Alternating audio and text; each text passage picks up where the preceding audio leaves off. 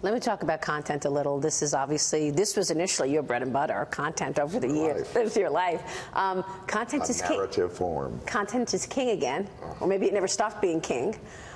You've got all these streaming companies planning to try to go head-to-head with Netflix. That's a fool's errand. Why? Because Netflix, these things have happened. HBO, when it started, essentially was built on the back of movie companies' movies. And it paid really dearly for them until it got to be the only payer in town. In which case, at that moment, it then reversed its policies on movies and paying the most, and kind of dictated, because it had that kind of control, because it was the only player, big-time player, in prime subscription services. Netflix was another kind of accident, which is all of the incumbents, all the movie companies, television companies, all sold their product to Netflix, built Netflix, and now are at the mercy of Netflix. Now they say this is the way kind of these things work. So Netflix now has such a huge advantage in terms of its 130 million subscribers. Its closest competitor has less than half. The idea that you can compete head-to-head with Netflix, I think, is a fool's game. Do I think that Walt Disney, in their policy of saying they're going to offer streaming services and everybody and their mother is going to offer streaming services and lots of people will subscribe to them, all of which is true, but will anybody ever be able to get up to the probable 200 to 300 million subscribers that Netflix is going to have, just as they're putting their little boots on to try and compete with them? I find that really unlikely and unproductive. Nevertheless, I think they'll build some good businesses.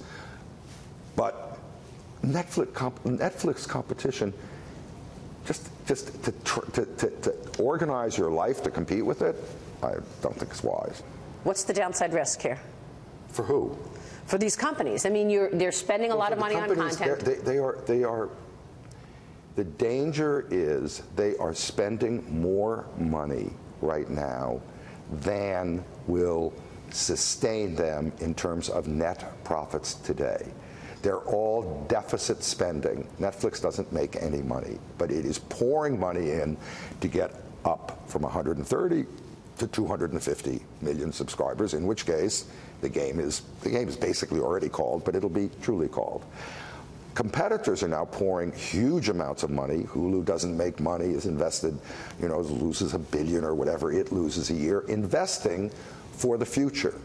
Now, if you've got all these people over deficiting to build a business for tomorrow, it's, there are only, let's call it, 4 chairs in the musical chair thing, and there are 10 people running around the circle.